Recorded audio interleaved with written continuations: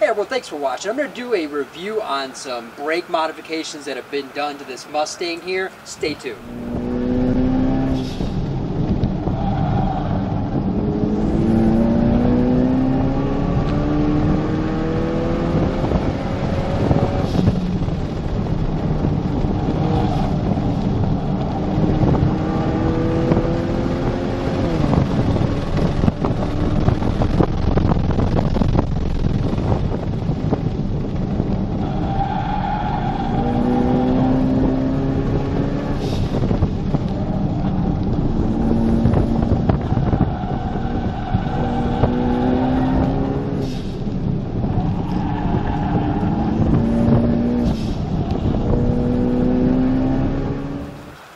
Alright guys, thanks for hanging with me. I am Matt. This is Auto Show and Go. This is my 2015 Roush Stage 1 Ecoboost Mustang. I do a lot of open track days, performance type driving, so I wanted to make sure that my brakes had enough stopping power that I could have a real good time at the track. There's nothing better than getting into the, the end of the big long straightaway and they got the 300, 200, 100-foot markers and you're blowing right past that 300-footer and you're not even thinking about braking until that 200, 150-foot mark and you're just laying on it. You want to make sure you have a brake system that's going to actually stop that vehicle so you do not go off the track.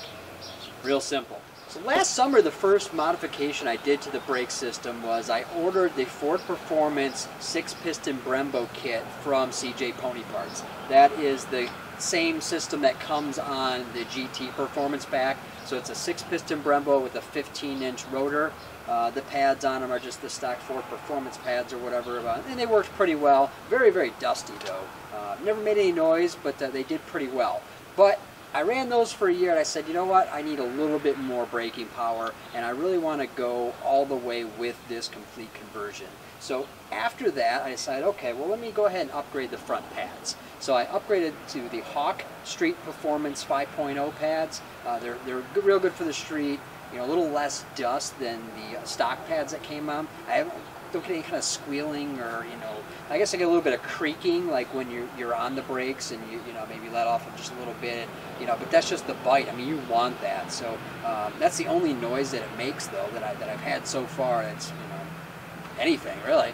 So I did that and then I said, you know what, okay, I'm in really good shape, but it's time to really go big. If I'm going to go through with all this and really make this into a track car, then I want to make sure the brakes are really, really hooked up. So that's when I then went with the Bear Errata Speed rotors from CJ's. Now these are a two-piece system. So it has a center hat that's a 6061 T6 anodized aluminum and it's bolted on to the outer part of the rotor. The drilled, slots and everything like that in it. It's really, really nice looking. It does a really good job of dissipating heat and dust. I've noticed with these pads and with these rotors that I have a lot less brake dust than I did before. I still have some, but it's nowhere near as bad as it used to be. And that's a big deal for me because I do like to keep the car clean, and having to clean it after every time I drive it is a real pain in the butt. I still do it, but I've noticed so far the wheels don't require me to clean them every time. I mean, I can just kind of wipe them off real quick, and they're not that bad. Before, I really needed to spray stuff on them and wipe them down. It's a lot about how you drive too. I mean, if you're not really on the brakes a whole lot, you're probably not going to generate as much dust. But the way I drive, I do use my brakes up quite a bit. It's part of the vehicle, right? I mean, it's part of the fun, especially on the track. Performance driving is, again, like I said, just being able to hit the end of that straightaway and just jump on the brakes and just know that you're going to stop. It's the best feeling ever. The insecurities of not knowing whether you're going to stop is the worst feeling ever. So it's pretty easy there to see the differences. Now, after I did the rotors, so I did the front and the rear rotors here, and I also did the Hawk pads on the rear. So I already did them on the front. I said, you know what, I'm going to do them on the back as well, so that way it's all hooked up. Everything was running good, real easy to bed the pads in, didn't have any issues.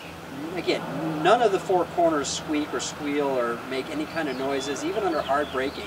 They've been very, very good.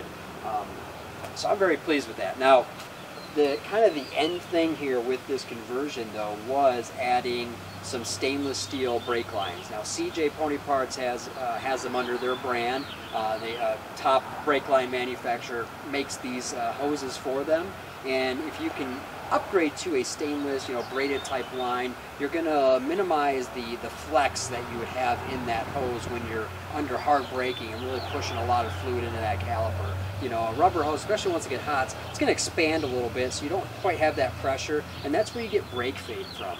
Now, I was just recently out on an open track day with this whole setup for the very first time, and it performed phenomenally. I had absolutely no brake fade.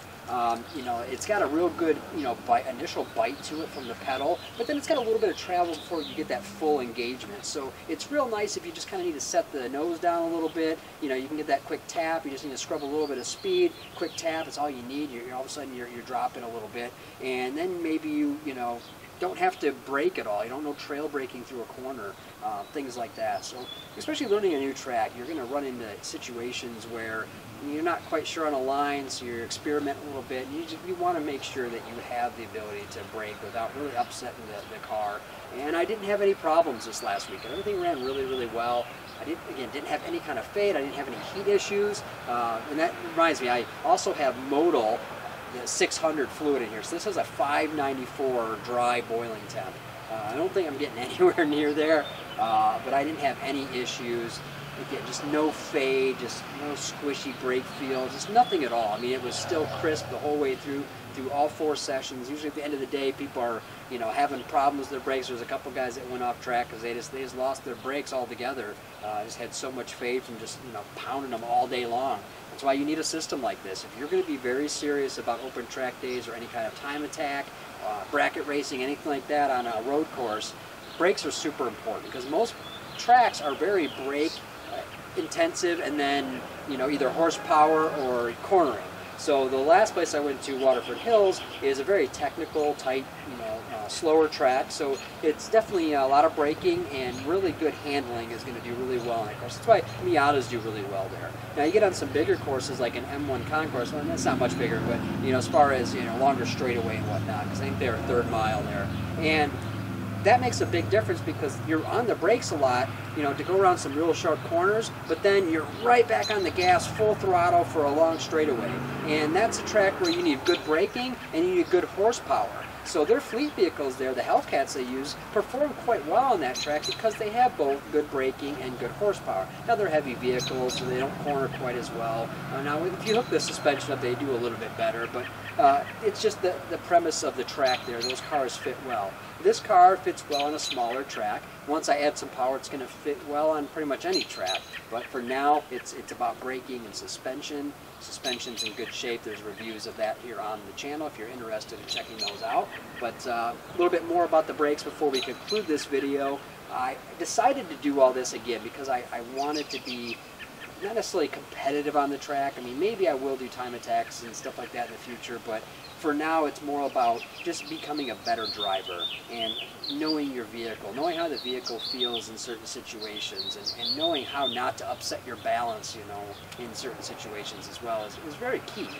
For me, again, it's about just making sure that my car is at its peak performance. So if I got a really, really good brake system, everything's in great working order, I have fresh fluid, it's topped off, I've done a dithering process on it, so the pedal's nice and tight for me, everything like that, then I know I'm in good shape. That's one less thing that I should have to worry about. So when you go to the track, you do your inspection, you check your brake lines, you check your tires, everything else, right?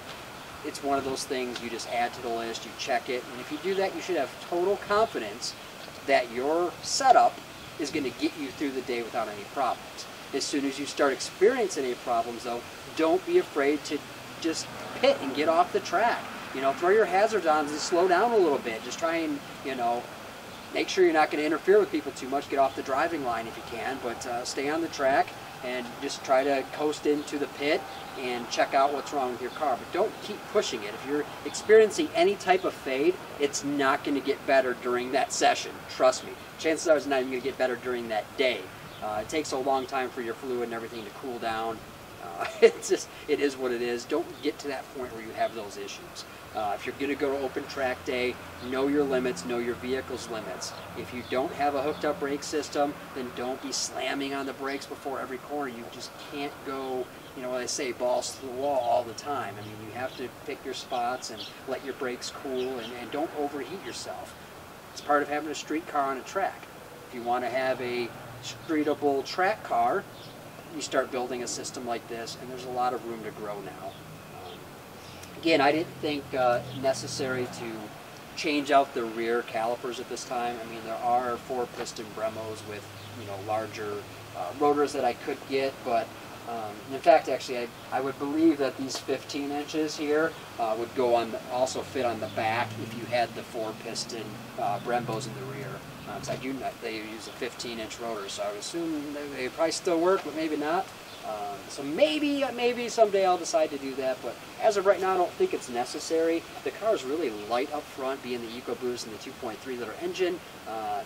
Doesn't take as much to stop, and right now I'm not getting a ton of dive or anything like that under hard braking. It stays very, very planted and balanced. It's very smooth. I really like the overall setup with the car, and that's why I did the suspension first. So I had my suspension all done the way I wanted it, and then I did my braking stuff. Just, you know, I do things in increments, that way it gives me a good idea of how things feel, and then it gives me an idea, okay, well, what do I want to add next to complement the most recent modifications? So there's questions for you to ask yourself every time you go to CJ's and you're looking at parts. How do I want my plan to go down? Some people just like to buy stuff, throw it on, and see what happens. I highly suggest making a build sheet, deciding how you want to go. Do you want to go power first, suspension, braking? How do you want to do it? If you have enough money to do it all at once, you're awesome. Please send some my way. But if you don't, then just, you know, just stick with one thing and just kind of try to finish it off, or say, okay, you know what? Yeah, I want to upgrade my brake pads at least, and then I want to add an intercooler and you know, air intake and a tune, and then I want to add some better tires, things like that, just to kind of, you know, get yourself a little bit better performance as you move your way up. Just watch out that you don't buy any parts that you're going to then replace with other new parts because you just didn't want to spend all that money right then. That's kind of where I was at with the suspension on the car. And again, that's in another video that I talk about. I'll go ahead and actually link that at the end of this video. It'll be the review to the suspension parts. And that's it for today, guys. I hope you enjoyed the video. Again, the brakes stop really, really well. I put down in the description a link to all the parts that I got from CJ's, and I highly recommend all of them. Even if you start out with just pads to go to a track day, you're going to be better off. Or even if you don't track your car, installing the Hawk pads is going to eliminate a ton of brake dust right off the get-go. They pay for themselves very quickly, in my opinion, as far as cleaning time goes. So anyways, guys, if you are a new viewer, please subscribe to the channel. Hit that like button for me. I really appreciate it. Until next video, have a great day.